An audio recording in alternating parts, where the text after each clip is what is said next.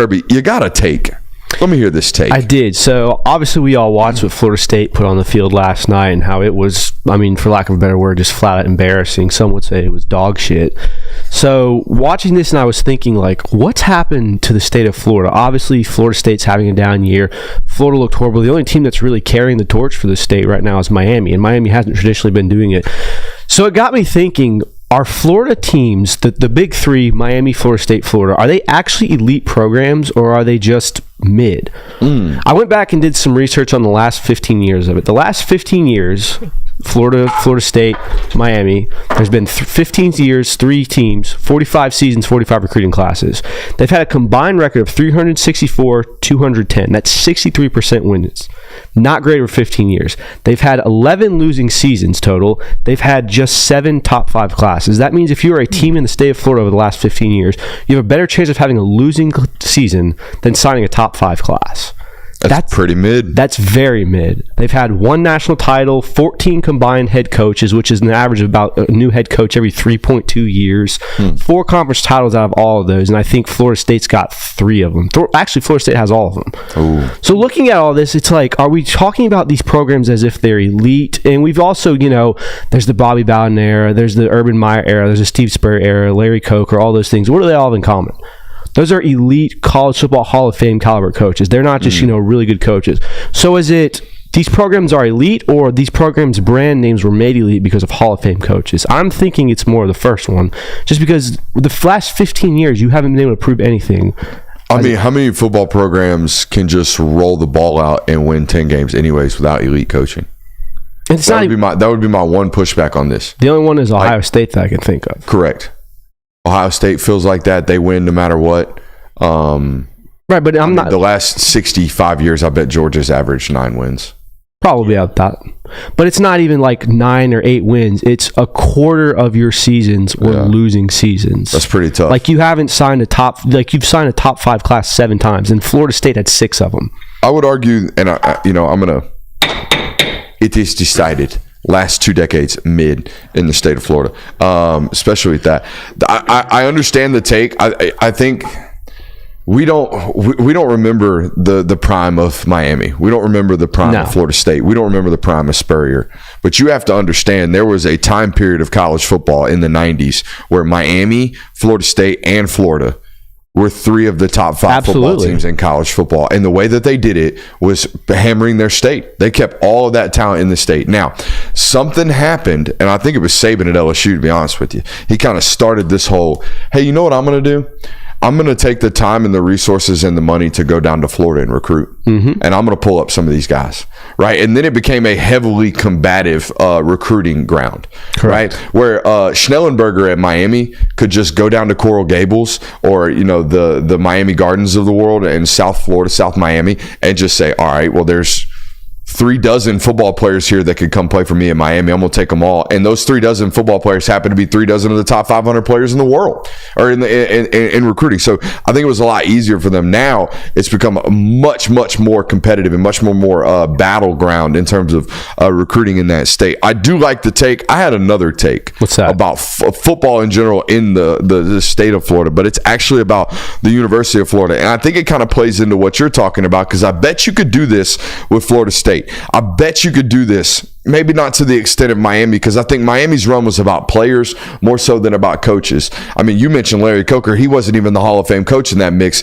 It was Jimmy Johnson and Schnellenberger. Okay, those 2 football coaches. Jimmy Johnson, obviously the more famous one there. But you could do this at other football programs, I would imagine. But I did this experiment with Florida today. Guys, Urban Meyer and Steve Spurrier accounted for 187 wins, 12 10-win seasons, and 3 national titles. Okay, those 2 football coaches accounted for 81% win percentage. They won 81% of the football games they lined up and played as football coach, or lined up and coached as football coaches.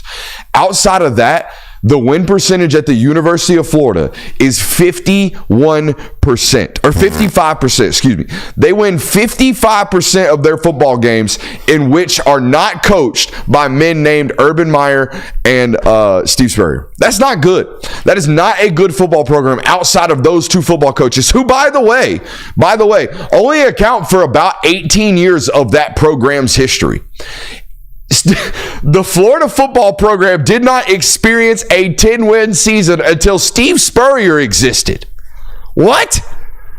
Like before Steve Spurrier, Florida football was not good.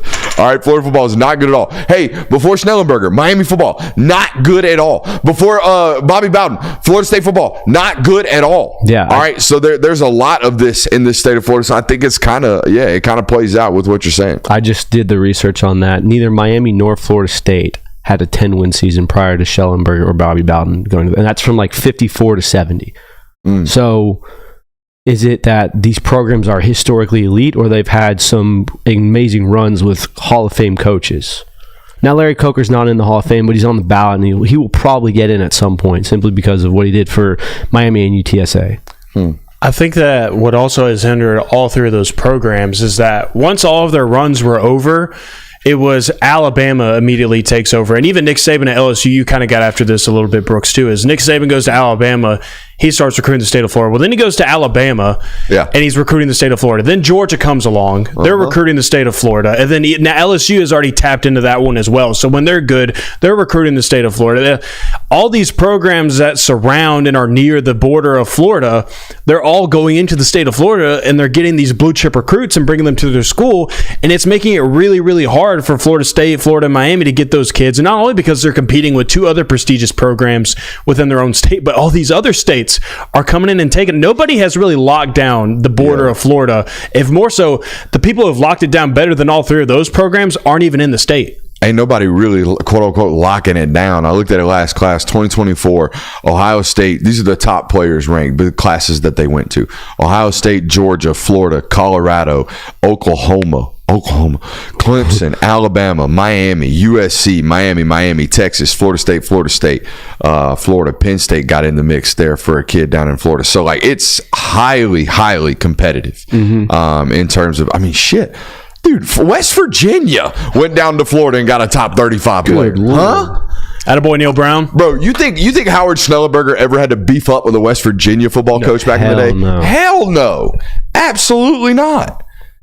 And then the random USF commit with a top 36 eval. Love that a lot. But yeah, that was just kind of my take of, like, everyone always treats when Florida State, Miami, or Florida are bad. It's like, oh, it's such a shame to see these historic programs not being able to succeed or be their former glory. When the reality is, like, they've never been, like, consistently great. They had spurts with absolutely elite head coaching.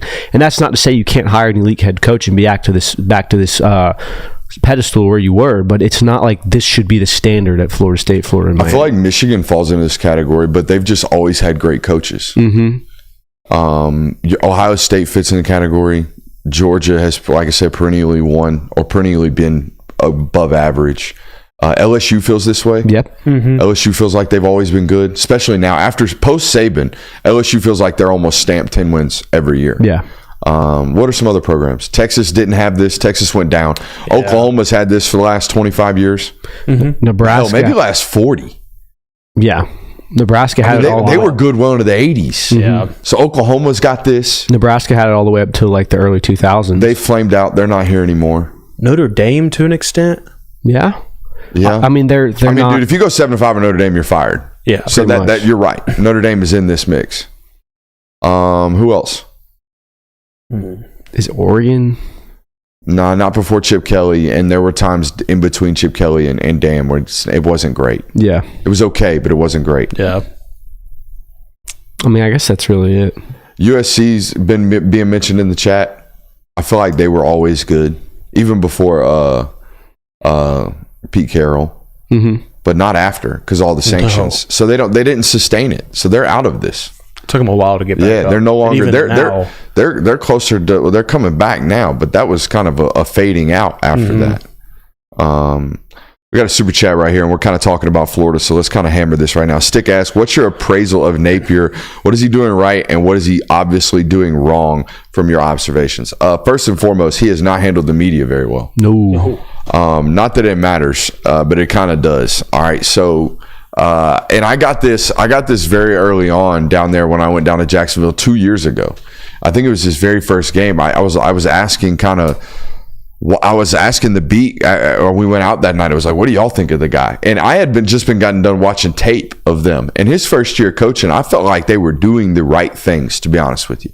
I felt like schematically what they were doing was making sense. And I've always talked about when I evaluate film, that's what I'm going into. Like, do you have a plan? Is it obviously you have a plan? Are you sticking to the plan? If the plan doesn't work, are you adjusting? And I saw all of these signs on tape of like a relatively fundamentally sound football coach and a football team. And immediately I asked the beat reporters, like, what do y'all think? It's, oh, he's cooked. Don't like him.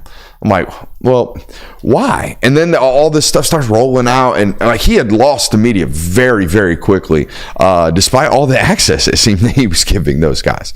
That was kind of a immediate run down the hill early on. But in terms of what he's doing on the recruiting trail, all that momentum failed immediately. And you can't be a great football coach if you're a terrible game management guy. And it seemed to me very early on he just couldn't figure all that stuff out either. Seemed very overwhelmed to me, and just doing too much. And the problem with that has always been, in my opinion, the refusal to give up play call. Yep.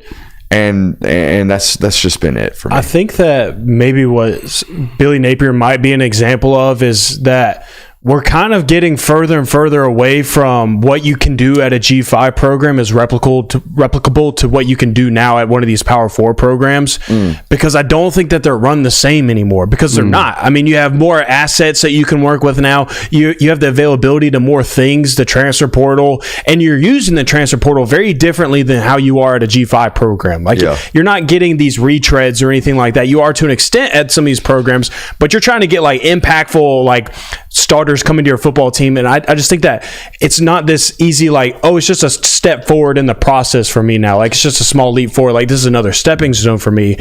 I think that there's a very wide margin, this big valley now between how you are a head coach at a G5 program and how you have to be a head coach at one of these Power 4 programs. I think it's very different now. And I think it's making the transition a little tough on some of these guys. Yeah, I mean, you have a lot more opportunities at a Power 4 than on a G5, but you also have a lot more responsibilities that you've probably never had to worry about. So that when you get there, it's kind of like drinking out of a fire hose, like we say all the time. Like, you get there and it's like, holy shit, NIL, transfer portal, all these things I have to worry about now, my roster, like stuff that you had to worry about at a group of 5, but it wasn't necessarily as prominent in the back of your head every day. And I mean, I think that's why we saw him hire such a ridiculously large staff, and everyone kind of clowned him for that. And that's why in-game decisions are kind of going wrong, because he's just too overwhelmed, it seems. You know what people have failed to realize is just something very basic about being an SEC football coach? What's that?